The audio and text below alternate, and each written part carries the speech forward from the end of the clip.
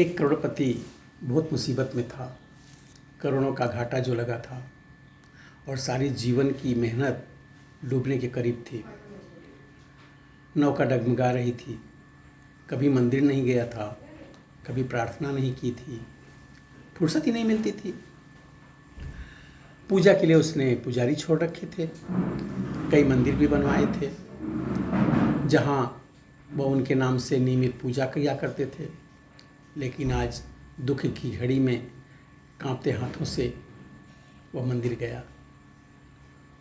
सुबह जल्दी गया ताकि परमात्मा से पहली मुलाकात उसी की हो। पहली प्रार्थना वही कर सके ताकि दूसरा उसके पहले मांग करके परमात्मा का मूड ना खराब कर दे। बोहनी की आदत जो होती है, कम वक्त यहाँ भी नहीं छूटी।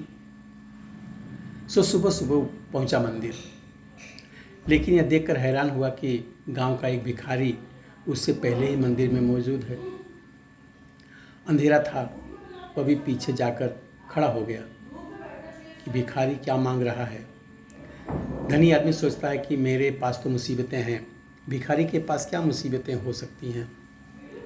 और भिखारी सोचता है कि मुसीबतें तो हम लोगों के पास होती है, धनी आदमी के पास क्या मुसीबत होती होगी। एक भिखारी की मुसीबत दूसरे भिखारी के लिए बहुत बड़ी नहीं होती। उसने सुना कि भिखारी कह रहा है, हे परमात्मा, अगर आप उसे 5 रुपये आज नहीं मिले तो जीवन उसका नष्ट हो जाएगा और वो आत्महत्या कर लेगा। पत्नी बीमार है और दवा के लिए 5 रुपये होना भी बहुत ही आवश्यक है। मेरा जीवन संकट में है। अमीर आदमी ने यह सुना और वह भिखारी बंद ही नहीं हो रहा था, कहे जा रहा था और प्रार्थना जारी है। तो उसने झल्लाकर अपनी जेब से 5 रुपये निकाल कर उस भिखारी को दिए और कहा, जा प्रभु, अब आप ध्यान मेरी तरफ दें। इस भिखारी की तो यही आदत है। दरअसल मुझे 5 करोड़ रुपए की ज़रूरत है।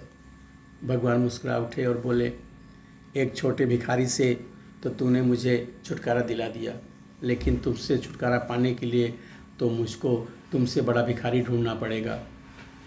तुम सब लोग यहाँ कुछ ना कुछ मांगने ही आते हो, पर कभी मेरी ज़रूरत का भी तो ख्याल आया है तुम्हें?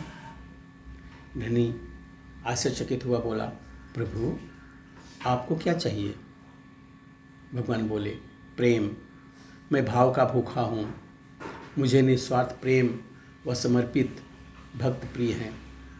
कभी इस भाव से मुझ तक आओ, फिर तुम्हें कुछ मांगने की आवश्यकता ही नहीं पड़ेगी।